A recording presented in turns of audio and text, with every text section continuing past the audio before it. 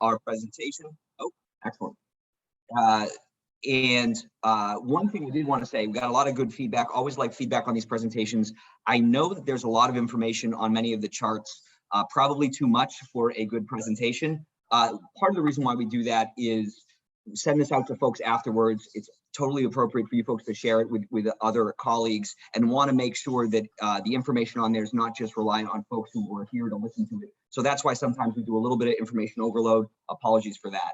But again, we'll get started now. Going to go over the fiscal background, a lot going on there. Then we'll dive into the Senate proposal, and then talk a little bit about kind of what's next, both for the budget and kind of some other big fiscal vehicles that are out there.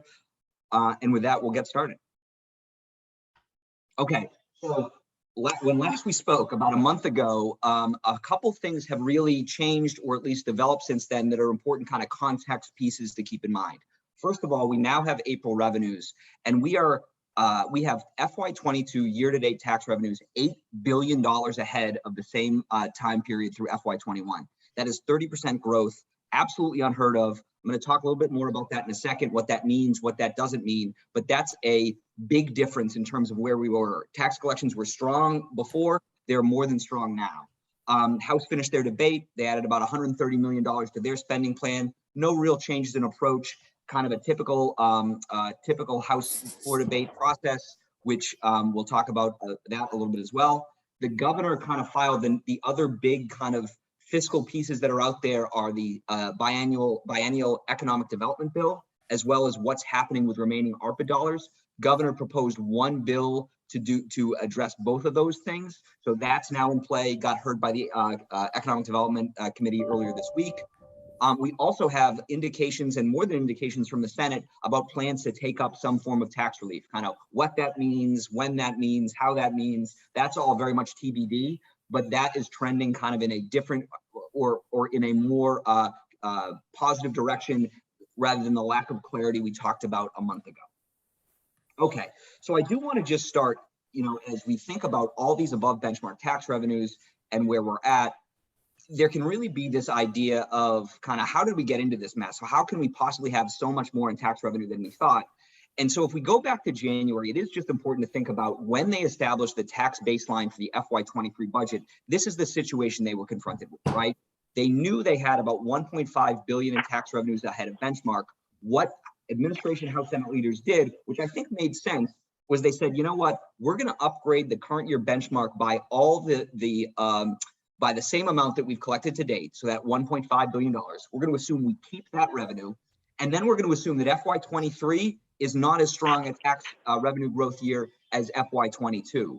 And those are both probably pretty reasonable assumptions. The big thing that's changed since then is FY22 tax revenues haven't retrenched, haven't even stayed at the same pace. So if you would like to, but in fact, the pace of tax revenue growth has increased since then. So that's really what's changed. And just a couple quick charts to put that in a little bit of context. So first of all, this is just what the tax revenues have looked like by month. So you see when they did that consensus revenue upgrade of 1.5 billion, in each month since then, revenues grew ahead of that pace significantly. And in April, you just have this kind of explosion of $2 billion in above benchmark revenues for the month alone. And keep in mind, DOR had been telling us from back in December that when we implemented that pass-through entity tax that was a part of last year's budget, some of the collections we got in December and November, we were going to give those back in April because of the way those collections were accounted for. Well, maybe we did, but we still had April collections $2 billion ahead of benchmark. So 2 slides to put this in a bit of context, and I promise I'll get into Senate Ways and Means, but I do want to, just in kind of the important takeaways, what's happening with tax revenues this year is really hugely impactful for the tax relief conversation, the FY23 budget, FY22 surplus and ARPA spending dollars. So really, this is a huge kind of elephant in the room for all the fiscal decisions that are going to happen over the next year or so. So what this chart says is, let's imagine there was no pandemic, right? Let's say that, so the dark blue bars represent actual tax collections through FY 2019. And then the light blue ones say, okay, now let's say tax collections simply grew at about 5% after that, which was the 5-year average growth in the years prior. So that shows that between 20 and 26, pretty steady tax revenue growth, creaking over $40 billion in 2026. The dark blue bars in 21 and 22 show actual collections in 21 and what we're on pace for in 22. And what you see here is if we retain the same level of year-over-year tax revenue growth for the final 2 months of the year, we will end with tax revenue collections that exceed what we otherwise would have expected to collect 5 years down the line if tax revenues had simply grown at 5% a year, right? So now the question is, how much of that is money that we owed ourselves from the past? How much are we borrowing from the future? Really important question. So it's not to say that we're at all, we can just kind of take this new baseline and grow it by 5%. Not at all. But it's an absolute sea change in kind of what the level of tax resources are this year compared to what a reasonable expectation would have been for the next several years, right? Another way to look at that, let's imagine there was no Great Recession, okay? So what this chart shows is the zero line is revenues we would have expected at FY 2008. So that's the last year prior to the Great Recession, banner revenue year for Massachusetts. If those revenues had simply grown at 4.9% for the next 15 years, okay? So in 2009, what this chart is telling you is we collected 3.5 billion less in tax revenue than if we had collected FY08 revenues plus 5%, right? And so what you see here is over the last 15 years, we have been consistently $3.5 to $7 billion less than kind of that pre-Great Recession benchmark. If we keep pace for the next 2 months of FY22, we will be $1 billion ahead of FY 2008 revenues, growing at 5% for the last 15 years. Again, that's not a forward-looking prediction of what's going to happen in FY23, FY24. It's just a statement of fact of what that means for the sea change in revenues we have this year versus where we've been in recent years and where we thought we would be this year. Any questions on that before I move on to kind of getting into the Senate Ways and Means budget?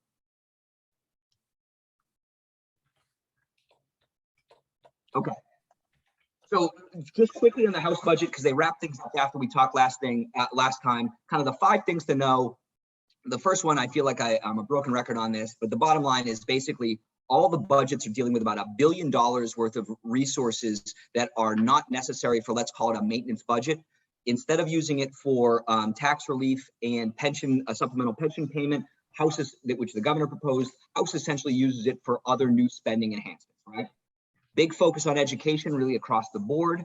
One of the big questions with the governor's original budget was he had this big, pretty expansive reimagining of ongoing hospital assessment. Basically, the question was, were the legislature going to stick to that script or kind of go try to do their own thing? House really stuck to that script with a couple minor tweaks. Light on policy aside for that, a lot of raises for public, judges, sheriffs, DAs, all that kind of stuff. A couple things, there was an extension of the state's drug coupon program through to FY 2026. And in terms of the spending they did on the floor, really a lot of earmarks, about 600 local earmarks. Here's a chart just for your reference. I'm not going to talk about this. This is just how they spent their money on the floor. And these are the kind of what I would consider the major policies they adopted on the floor. One tax provision, conservation land tax credit expansion over the next several years. This is kind of an Easter egg of the House and budget process. They have adopted it every year for the last number of years. It has yet to make it through conference. They adopted it again this year. Another thing that I thought was interesting on the healthcare side, there's a study of UMass working with UHHS about creating a healthcare workforce center at the Mount Ida campus. Just looking at the language, this seems to me something that could have some teeth, right? That this wasn't just some random commission they threw together. Looks like people are really thinking about this. That could be an interesting thing as we think about healthcare workforce issues going forward. On PFML, happy to talk about that more in depth. The change they made is something that's been talked about for a while. It's related to how people can use their PFML benefits in conjunction with other forms of leave to get to their kind of standard level of pay while they're taking PFML time. It'd be interesting to see what, if anything, the Senate does on the floor on that. Any House budget questions before I go into the Senate budget? Okay. Senate budget. So again, most important things to know, the number one remains the same, really a similar approach to the House, where you're looking at about $1 billion in new spending investments. Obviously, the SP Senate President has indicated an interest in tax relief. You're not going to find that in their budget, though. Childcare, kind of if you had to identify the major policy spending priority, childcare is it. I'm sure it wasn't the case prior to MTF writing their report 2 weeks ago. So you can thank us for the fact that they have invested $300 million in childcare over the governor's proposal. We'll get into detail of what's in that in a second. Interesting, there's been a lot of discussion among municipal officials about how local aid increases are determined and that it's kind of gotten out of whack. Senate doesn't kind of propose a permanent fix to that, but they do go higher than the House and the Senate by about $31 million on unrestricted local aid. On healthcare, there's really not too much healthcare policy, and a couple things they didn't do that the House did or that the administration did, where you really see healthcare, them making their mark on healthcare, is $75 million in additional nursing home rates, and then a couple other kind of elder care investments similar to things we saw in the House and Senate budgets. And then really, for a Senate Ways and Means budget, and I say that without animus as a longtime Senate Ways and Means staffer, it's pretty light on policy, right? There's a couple things in there, but really not too much. I'd expect that to change on the floor. In terms of themes, the revenue theme really is, you see them very much sticking to the script with a couple of exceptions from the House and the administration. And the reason for that simply is they don't need to be looking under couch cushions for revenue in this budget, right? The resources are sufficient to afford the investments they want to make. And so you really see a pretty streamlined revenue approach, House, Senate, administration. I don't think you see anything in here that's inconsistent with a separate tax bill. That's not to say they necessarily will do one, but it's kind of consistent with those remarks. The biggest revenue difference is one we've talked about several times. This is that Mass Health enhanced Medicaid reimbursements related to a federal policy of the declaration of a public health emergency. Essentially, that's going to extend longer than the administration anticipated. That means some additional spending for us. It also means some additional revenue. So that's a big difference between the House, Senate, administration. And then the one thing that the Senate does do that's a little different is they use about 1/4 of $200 million in child care development block grants we received through ARPA. They use that to support some of their child care investments. On the spending side, I would say education a big focus, and then kind of a couple classic, you start to see that conference interplay between House and Senate. A couple places, Senate has the luxury of going last, so they can kind of trump the House on priority funding areas like, so RAFT is supportive services for those potentially facing eviction. Nursing home rates, those are two areas where I think the House probably thought they did very well, and then the Senate just went a little ahead. And then you can see some places where they're probably going to let the House take the lead. House did a big expansion of state involvement in school nutrition programs. House did more on workforce, some disability. So those are where you start to see some of that conference interplay. And policy, as I mentioned before, just a little less than usual. I'm not going to talk about this chart. This is just for your reference. This is kind of a quick and dirty balance sheet of the three budgets. What I will talk about a little bit is this chart, because I think this is hopefully a helpful way to think about the three budgets and where we're at in terms of current resources, and then really thinking about what happens when those FY23 revenue projections are updated. So basically, one way to think about the budget is you have shared resources, shared things you have to spend money on. What's the difference between those two numbers? And then what are the three budgets? How do they differ and how to use that? Normally, what I typically say is the budget's about $200 million. That normally there's about $200 million up for grabs that House and administration in their budgets determine how they want to spend. This year, it's more like $1 billion, and you're going to see that number grow in conference. Governor spend it on tax relief and a supplemental pension transfer, essentially. Both the House and the Senate, you see it in that new spending. About 50% of that House and Senate new spending is probably shared. About 50% of that's different, right? So that's really one way to think about how some of this stuff's going to get resolved and what the level of resources are necessary to accommodate both tax relief and spending investments as we head into conference committee. Any big picture questions before I delve into kind of specific revenue spending stuff?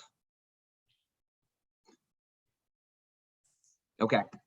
So on the revenue, let's start with just tax proposals, just to kind of your scorecard of where we're at, though I think folks probably are aware of it. This is every tax proposal that's been included in any version of the budget. Most of them were proposed in the governor's budget. The one thing that has green lines across the top is IRC conformity, so static conformity of our tax code to the federal tax code, moving us up to 2022. That's in the Senate Ways and Means budget, in the House budget, in the Gov's budget. Everything else is a red X that the governor proposed. And then you see two new tax proposals in both the House and the Senate Ways and Means budget, that conservation credit I mentioned briefly before. And then the Senate has a provision I'll talk about in a second related to the income tax treatment of student loan forgiveness at the state level. And I'll talk about that in a second. Other major revenues of note, there's not that much going on this year, again, just because we're so flush with some of the federal Medicaid resources and obviously tax revenues. Basically, the governor proposed or included in his budget two relatively new revenue proposals. One, he assumed legalization of sports gaming.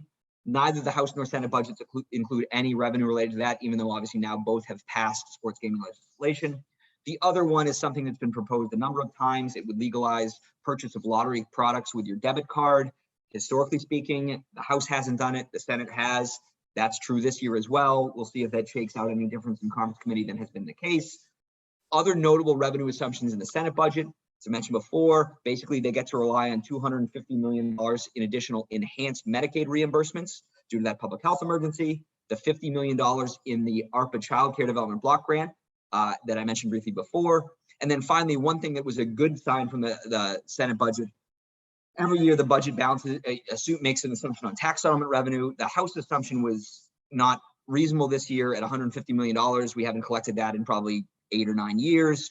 Governor and Senate are at 50 million, probably still more than we'll actually collect, but certainly much more reasonable. So it was good to see them kind of dial back that assumption. Stabilization fund. So this is just your comparison of where the three different budgets are. Why are they all three different in terms of their end of FY23 assumed state fund balance? So the Gov's is lowest because one of his tax relief proposals relates to the capital gains tax.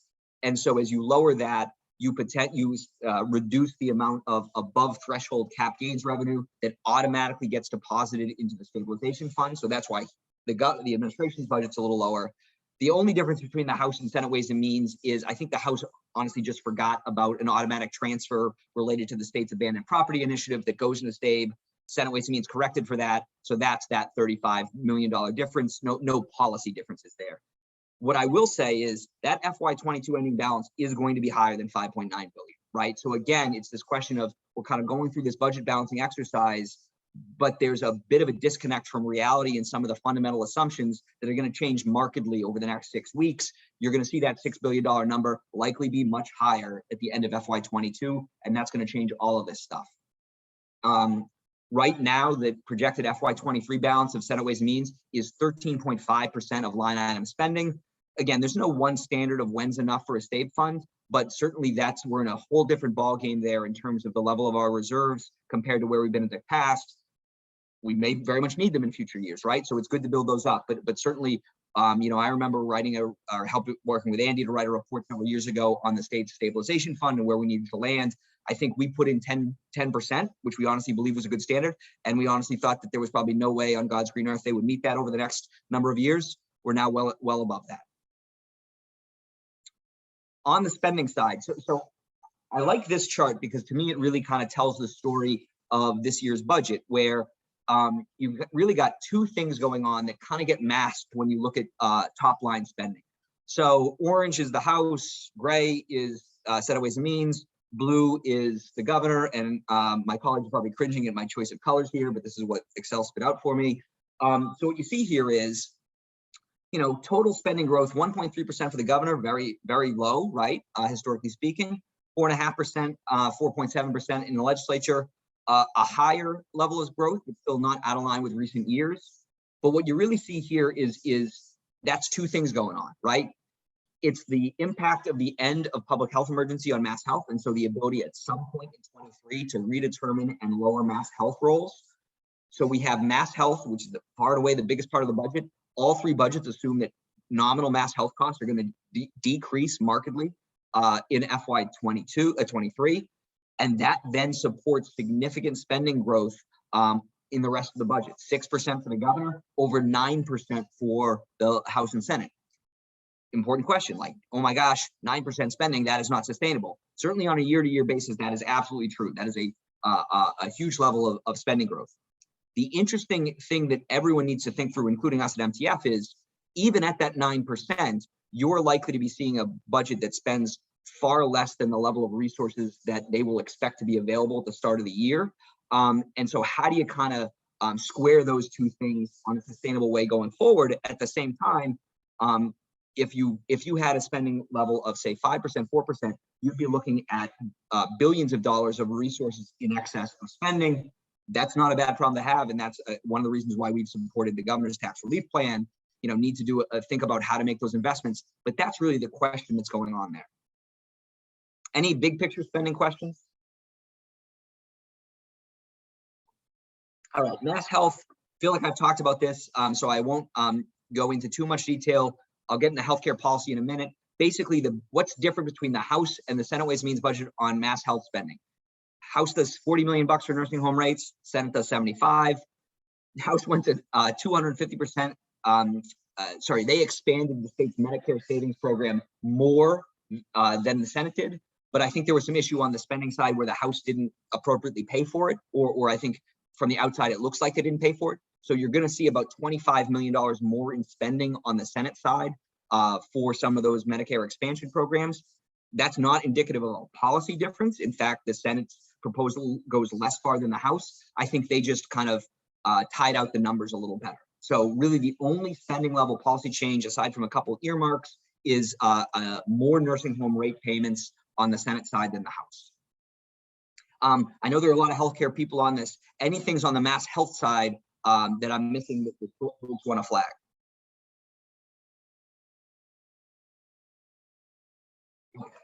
Transportation.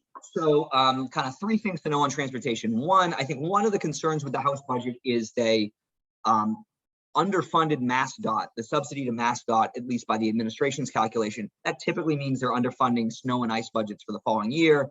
Again, we're in a different situation than we were in really lean years, but you don't want to kind of build in that exposure at the beginning of the year. Good news is Senate Ways and Means appears to address that, though I wouldn't bet against the House number prevailing in conference. The other two things to note: Senate, you'll see the $2.5 million higher on regional transit authority subsidies. That money is earmarked for a fare reduction pilot program among the RTAs. I haven't totally delved into the outside section language that provides some detail on how that would work.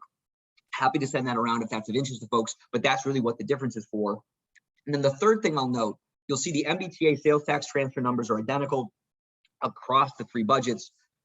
This is another place where the FY22 revenue picture really changes things, right? As we upgrade the FY22 revenue assumption, to the extent that sales tax is part of that, and it will be, MBTA gets a cut of that, right? So say sales tax grows by $800 million more than what we thought would be the case back in January. Well, the MBTA is probably entitled to about $130 million worth of that, right? And so I think you'll see those MBTA subsidies in both 22 and 23 go up by a not insignificant amount over the next 6 weeks. K-12 state aid, local aid. Chapter 70, school aid formula, commonly known as Chapter 70. House and Senate are effectively identical. There's a really boring difference between the two that I won't bore you all with, though happy to discuss ad nauseum if anyone is interested.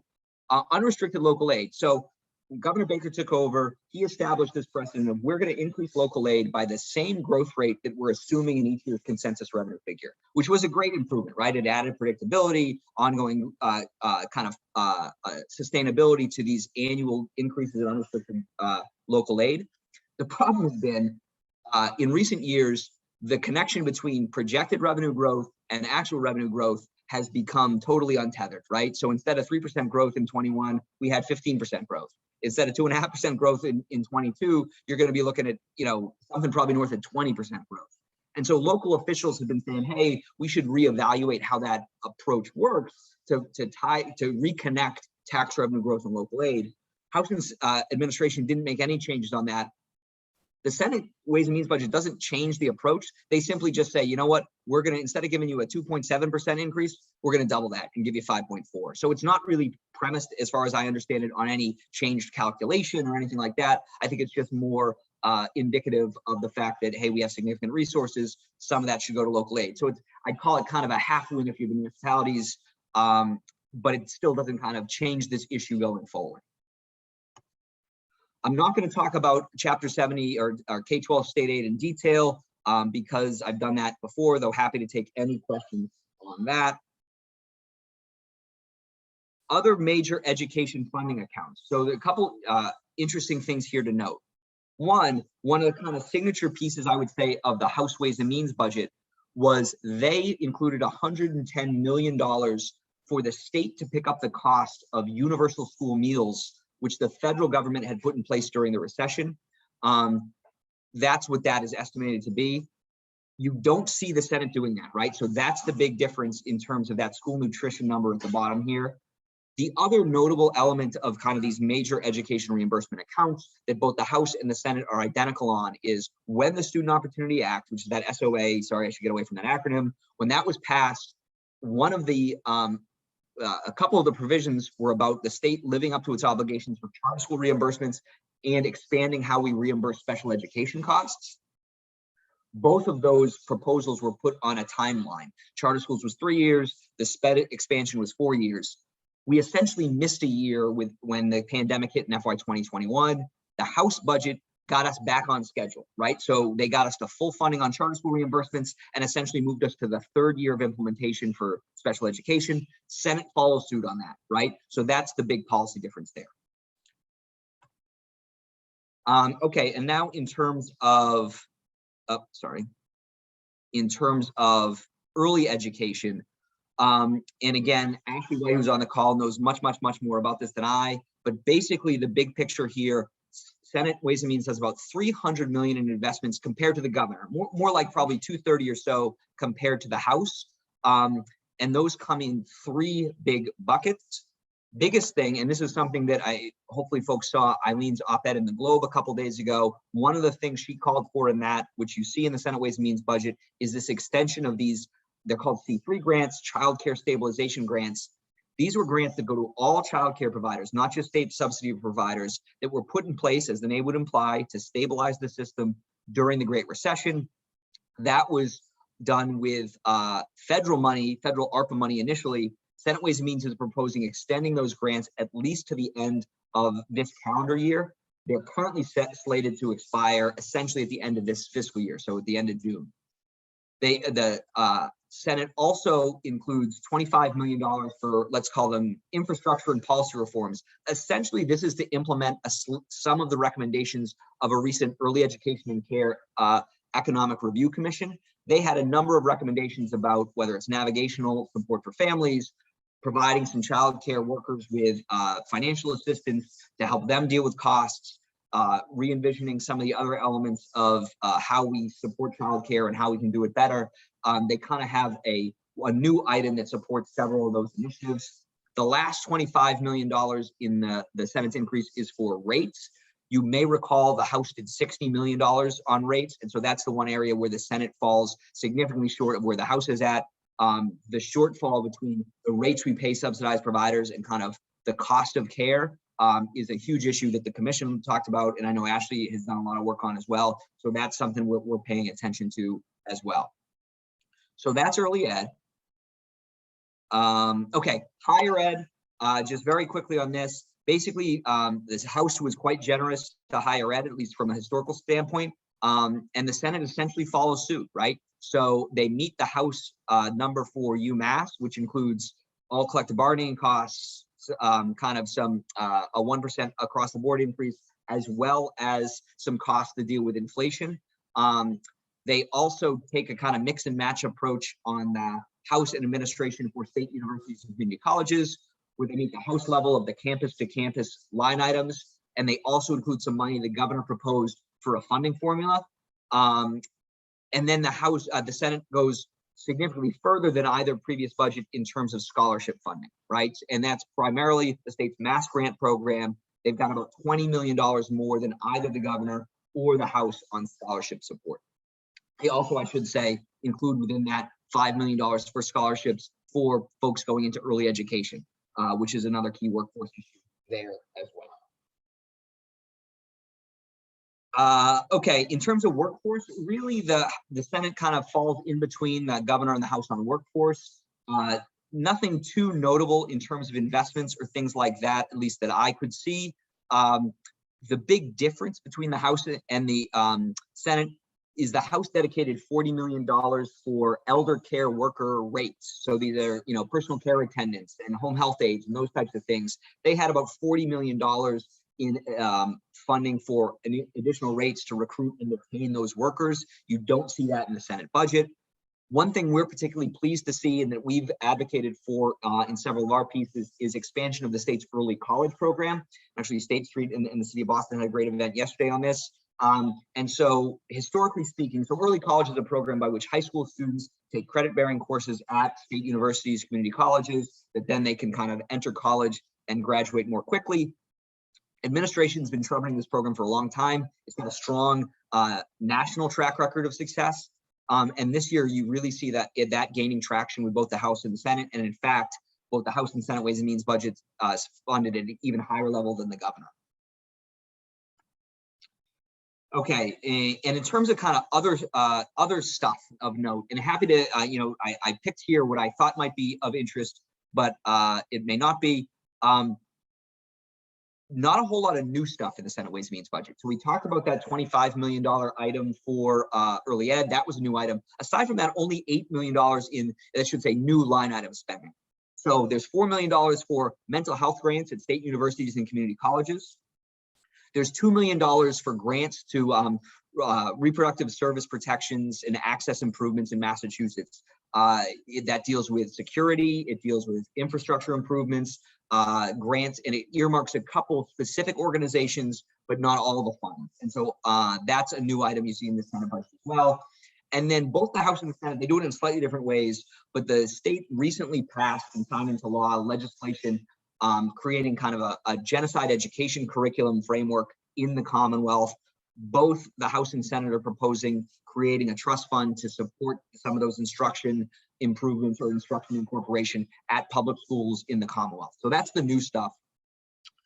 In terms of marginalized communities, low-income communities, communities of color, a few things I would highlight there. One, for the second straight year, the Senate has focused on improving ongoing benefits for low-income families who receive direct assistance. So forgive the acronyms, but that's temporary assistance for families with dependent children and emergency assistance for the elderly and for those with elderly dependents and dependent children. So last year, there was a 20% ongoing increase in that benefit. This year, there's a further 10% increase in the Senate budget that kicks in April. There's also some more money for clothing allowances for families on TAFDC. And then two relatively new grant programs. One is called the Community Empowerment Grant Program, and another is Grants to Community Foundations. The Grants to Community Foundations, which I think is 7.5% of that 27.5 million. A lot of what that does is for low-income cities with a large immigrant population, many of whom may not have been eligible for various ARPA and other federal pandemic relief programs. It's providing a state resource that can provide financial benefits to those families, often through community foundations. So that's what that is. Community empowerment grants, this is something that the Senate created a few years ago, and it's for communities with historically marginalized communities, large communities of color, and communities that have been negatively impacted by the criminal justice system. And it supports a variety of workforce training, after school programming, kind of a variety of say, wraparound services to hopefully provide benefits to those communities. Energy and environment, not a whole lot notable there. The Senate's actually higher than the House, which hasn't been the case in the last couple of years, higher than the governor. The new money, though, really primarily in state park, expanding staffing levels at that, and DEP administration. So I didn't really notice any new initiatives there, though if others did, feel free to jump in. All right, policy. So here's kind of the policy by the numbers, really, and a big shout out to my good friend Pat Lynch and the ANF legal team. I can't imagine a year in which ANF has had a higher batting average of sections they proposed in the governor's budget actually making it through both the House and Senate budget. So something like 55 sections in the Senate budget were originally proposed in some form in the governor's budget, right? And so when people always say, oh, throw out the governor's budget, it doesn't matter, no one cares about that. Again, there's truthful elements to that, but generally speaking, I don't think that's a safe thing to say. Biggest part of the Senate's outside sections relate to that hospital assessment. Talk about that in a second. But there's really not that many Senate initiative sections While there's 8 related to this inclusive concurrent enrollment proposal, talk about that in a moment. But aside from that, really not a whole lot else. On the tax front, as I mentioned before, but this is just to give you the section citations, we've got IRC conformity, identical to the House, identical to the governor, and then student loan forgiveness. So this is a section that essentially says, I believe for folks who have been participating in those federal student loan forgiveness programs, when those loans get discharged, that's not going to be considered taxable income, right? And so I'm looking forward to talking to some of our members who are much more knowledgeable on the tax front than I. Not sure how the feds treat this currently. There's no revenue assumption in the Senate budget related to this. And so not sure how expansive this would, how many people this would affect. But if any folks have kind of other thoughts on this, please let me know. Any questions on the tax stuff? Okay. Hospital assessment. So I kept these next 2 slides in here solely for your reference. I'm not going to talk through them because bottom line, and I sent something out to many of our healthcare members. If you didn't get it, I'm happy to send it to you. My read is the House and Senate proposals on this $880 million revised hospital assessment, $1 billion investment program related to our CMS waiver, essentially identical between the House and Senate. Only differences with the Gov are some updated numbers. I have heard that there could be some additional adjustments coming, based on ongoing negotiations at the state and with CMS. I don't know anything further about that, but the bottom line is basically what the administration had worked out with the provider community is what has carried through to date in both the House and Senate Ways and Means budget. Any questions on this before I skip over the hospital assessment? Okay. So in terms of other healthcare stuff they did, as I mentioned before, they expanded that Medicare savings program. This is something that has been happening for several years now to just allow more elderly, low-income Massachusetts residents to participate in kind of a WRAP program we have around Medicare. The Senate does the Mass Health Supplemental Rebate expansion. So this is something they have that the administration has proposed for several years. As some of you no doubt recall, 5 years or so ago, there was a hard-fought battle for the state to expand its existing rebate program related to mass health. That was done. Since that time, both the administration and the Senate have shown interest in further expanding that program. Historically, the House has not been interested in that. The other interesting healthcare thing they did is currently, if you're a state employee, you have to wait 90 days to get healthcare coverage through the Group Insurance Commission. That's been an ongoing kind of pressure point, as you hear about, especially related to the State House, some of these employee satisfaction issues. The Senate has a provision that would require GIC to cover you from the first day of the first full month that you're employed, right?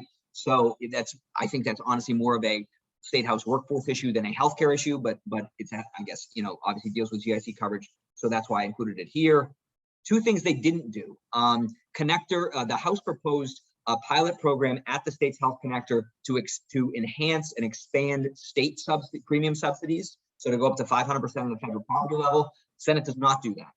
And then, like the House, the Senate does not include, or Senate Ways and Means does not include an administration proposal to create or increase an assessment on health insurers and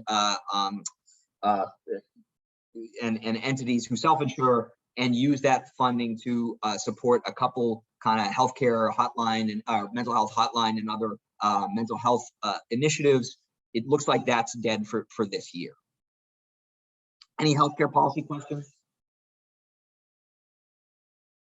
Okay, so in terms of the other notable policy, inclusive concurrent enrollment. This is a bill that actually the Senate has passed at least once. It deals with public higher ed. Some public higher ed institutions have programs to allow disabled students to participate in coursework, campus life, residency, extracurriculars as non-matriculating students, right? So they have a program that would allow these students to kind of be a part of campus life in a meaningful way without having to live up to, GPA requirements or things like that. This bill, which is now in the Senate Ways and Means budget, would essentially require all public higher ed institutions to have a policy on how they do this, and then create kind of a technical assistance role for the Department of Higher Ed in terms of creating and expanding these existing programs. This has been a strong priority of Chairman Roderick's. They codify some changes that were put in place temporarily during the pandemic related to a notice to quit, right? So when a landlord notifies a tenant that their tenancy will be terminated, this identifies additional information that needs to be included with this, right? Notifications, this is, you're not evicted today, right? There's a process you can go through. Here's what the court process is. Here's some resources that may be available, all that kind of stuff. So this proposes making those changes permanent. And then again, another proposal from the governor's budget, which is now in the House and Senate Ways and Means budget, is this elimination of some supervision fees for probation and parole. So it looks like that will ultimately be in the final budget. So I'm going to switch over to kind of some big picture stuff and then look forward to any questions folks have. So the first thing to talk about is just switching back to FY22. So the fiscal year we're currently in. How would I estimate what the end of year surplus is going to be? We still got 2 months to go. We don't know, but just some quick and dirty math to give you a sense of this. So our current pace is, we are $8 billion ahead of collections. Our current pace is about 7.8 billion ahead of the number that was used in last year's GAA. So let's assume May and June aren't good, right? And we drop $1 billion off of that. And 260 million of that goes off the top to the MBTA, SBA, as I mentioned. Let's assume 1.3 billion of that is above benchmark cap gains. Maybe that number's higher, who knows? But keep in mind, we're already assuming 1.3 billion in above cap gains. So this, with this additional 1.25, that would be far and away the most cap gains collected in Massachusetts, going back at least 30 years, and I'm sure forever then. And then let's assume we spent $1.1 billion in supplemental budgets. Even after you take all that, you're left with $4.2 billion in unexpended FY22 resources. So where were we in 21 when we had that giant surplus? In 2021, the analogous figure was about 1.5 billion. And the reason why it was so, there are two reasons why it was so much lower last year. And keep in mind, that was a historic surplus last year. One, tax revenue growth was not as strong, right? It's gotten even stronger this year. Two, one of the things we had to do last year was get rid of an assumed stabilization fund for 1.1 billion. We had to get rid of some pretty specious budget assumptions about federal revenues that we had to kind of include in the FY21 budget to balance the budget, but were never going to come to pass. This year, the 22 budget's pretty much structurally in balance already, and so you don't have to pay yourself back for those kind of other gimmicky budget things. That leaves you with a absolutely unheard of FY22 budget surplus. Again, this is a total back of the envelope math. These numbers can change wildly, but put a $1.5 billion standard error on this, and you're still in historic territory in terms of what the FY22 surplus could look like.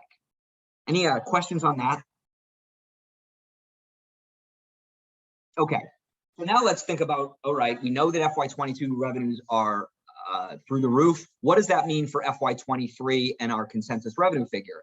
Well, again, last year, folks were in a somewhat similar boat in that they had to significantly upgrade that consensus revenue figure. Let's kind of do a tail of the tape comparing. So both last year and this year, we upgraded revenues by about 1.5 billion in January.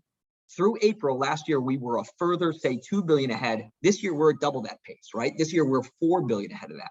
And that's the year-to-date growth. Last year, we were at 15%. This year, we're at 30%. So last year, the conference revision was 4.2 billion. Now, does this imply that this year the conference revision is going to be 8? I don't think so. My guess is, who knows, right? Things can change, but I would be thinking something in the 3.5 to 5 billion range. And let me talk a little bit about why.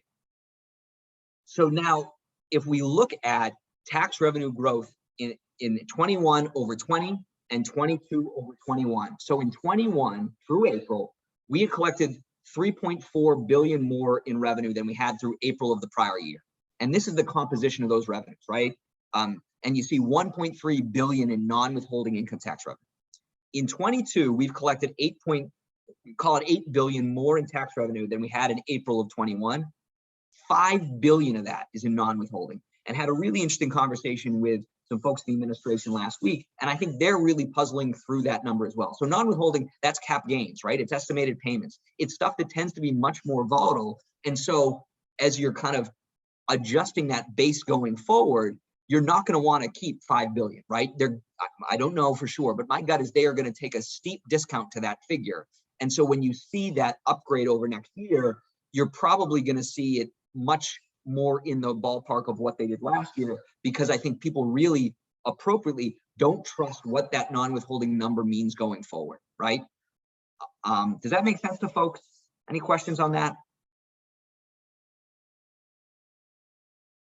Okay, and just kind of a capper on that, to put that in perspective, in 21, and again, there's other stuff going on related to what the stock market did in the early days of the pandemic, but this is not kind of to predict the future, it's just to give you a sense of what's happened in the past. In 21, 74% of all non-withholding growth was due to capital gains, and more than 50% of all non-withholding tax revenue was in capital gains. Again, talking to A&F, I don't think folks think that those percentages will stick in 22. Those would just be unheard of levels of capital gains revenue. But I think people just don't know what that non-withholding number means and what it implies going forward. All right, getting to the end here, I promise. Tax bill, just very quickly, when we talked last, I gave 6 possible outcomes for the Gov's tax bill. I think 2 we can safely take off the table now, namely the House budget and probably the Senate budget. So where does that leave us? That leaves us with an economic development bill.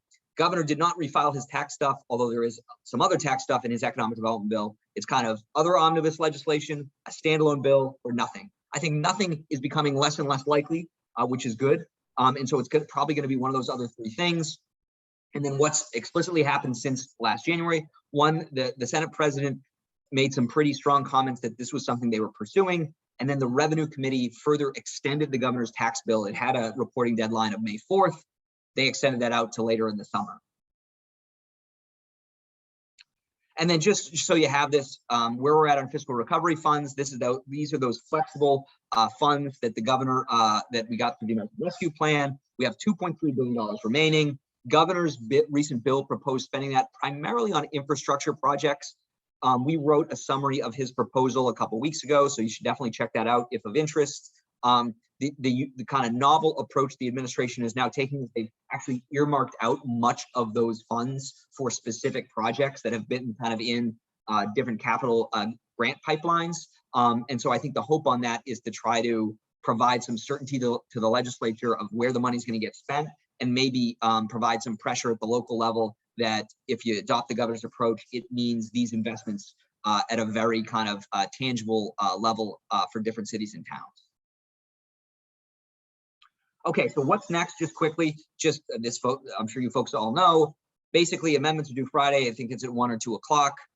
They take a week off in between to kind of review amendments, work out, kind of have a lot of meetings between the members to figure out what people's priorities are.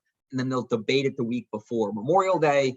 Conference resolution, obviously the FY21, it was a goofy year because of the pandemic, but basically last year was actually the earliest a budget has been done in at least 5 years, but the budgets have tended to creep into July in recent years, and in fact, mid to late July in 2 of the last 4 years. And just to give you a sense of what we might see on the Senate floor, this is just a chart that gives you how many amendments were filed by each year, how much they spent, what they added. I think there are a couple things that the House debate may indicate. One, you're probably going to see a record number of amendments filed on the Senate side, right? Also, the House spent a lot on the floor, right? So typically the House and Senate have both been in the $50 to $80 million range. House spent about 130. Now, 40 million of that was for nursing home rates, which the Senate has already done. So I wouldn't be shocked if the Senate stuck in the $75 million range, but I certainly also wouldn't be shocked if they spent more than that. Especially given, I'm sure there's been a lot of discussion about some of the move to unionize on the Senate side. Who knows what we'll see on amendments on that, but that could have an effect on both whatever they do in that area, but also how much they choose to spend. So that's where we're at. I know that was a lot, but we do have 10 minutes for questions. Let me check the chat quickly. You've got one in the chat, Doug, from Elizabeth Becker. Yes. Can you speak to inflation increase? Is the 5.4 equivalent? So, Liz, I don't know if you're on. Are you referring specifically to Chapter 70 inflation? Hey, Doug, Chapter 70, if you could. Yes, excellent, great. So great question. So, the way the school aid formula works is it's adjusted for inflation every year, but there's a statutory cap of 4.5%. Okay, so even though the inflation calculation the statute uses would be more well into the 5% range, both the House and the Senate stick to that statutory cap of 4.5%. Now, that's not really an issue this year because there's such an increase in Chapter 70 funds or school aid funds, but I've been a little surprised that you didn't see any movement on the House floor. We'll see what happens on the Senate floor to somehow not lose out on that inflation going forward. I'm sure that's going to be a big issue for folks in that world over the next several years. Does that answer your question, Liz? Thanks so much. Yep. Excellent. Tish. Thanks, Doug. Really just want to thank you for flagging the tax piece on loan forgiveness, and to kind of put that on your radar screen. That is loan forgiveness, loan repayment. I don't know if they're synonymous, but those are really important tools in the healthcare sector to foster career acceleration and career growth and pathways for growth. And so would love to dig a little deeper into that. It's a conversation we've started having, thinking about it at the federal level, but just want you to know this would be a very helpful tool in the toolbox because it gets very complicated trying to work this out, particularly with lower income employees who are trying to accelerate in their careers and end up having to pay taxes on this program. So this would be incredibly wonderful for our sector. I'm sure the community health centers, dental, there's a lot of primary care settings that are impacted by this type of provision. So would love to continue the conversation, just keep it on your radar screen. And thanks again. Yeah, absolutely. And so one of the things that I'm looking forward to learning more about, and it's great you mentioned that, Tish, because from my perspective as a longtime public employee, during the Great Recession, the Obama administration through the older bill, put in place a loan forgiveness program for public employees, which I know that a lot of people who I work with have been kind of eyeing. And so that was kind of the frame with which I viewed this, but you're totally right. And now that I think of it, whether it's healthcare, early education sector, that loan forgiveness has been such a kind of key tool that's been used, and thinking about the tax treatment of it from a state level is really key. And so looking forward to talking to Ways and Means about if they've estimated kind of who's eligible for this and what the rule would be that this would impact. So great question. I would also say it's a key component of any diversity and equity agenda in terms of the tools to help employees advance with this type of benefit. So thank you again. Yeah. So please raise your hand if you have any other questions. A couple others that folks have reached out to me on, is this a money bill and does it matter? So this is kind of a standard, money bill. So essentially legislation that raises taxes need to originate in the House. And so there's always a big debate on the Senate side about are they able to raise taxes? Can they not raise taxes? I think this is a money bill. I don't think it really probably does matter this year, right? Because you have such a robust discussion about a separate tax relief bill. That, hey, will there be amendments on tax proposals? I'm sure there will be. My gut is they'll probably move to a separate vehicle. That said, the House did that conservation land tax credit expansion. So you could see some things around the margin, but in terms of, some of the governor's tax relief proposals or other major tax proposals out there, my gut would be that this is unlikely the vehicle for that, even though I think it could be the vehicle theoretically. And then one question about kind of any surprises in terms of what the Senate didn't do.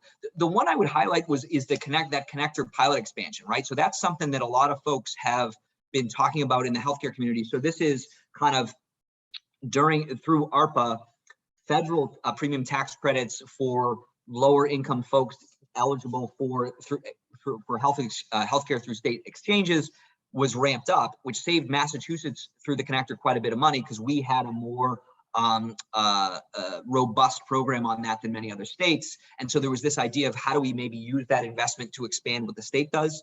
The House did it. We don't yet see that in the Senate. So that would be one thing that I was not shocked by, but it seemed like something that I'm sure there's going to be a lot of support on the Senate as well as the House. Any other questions?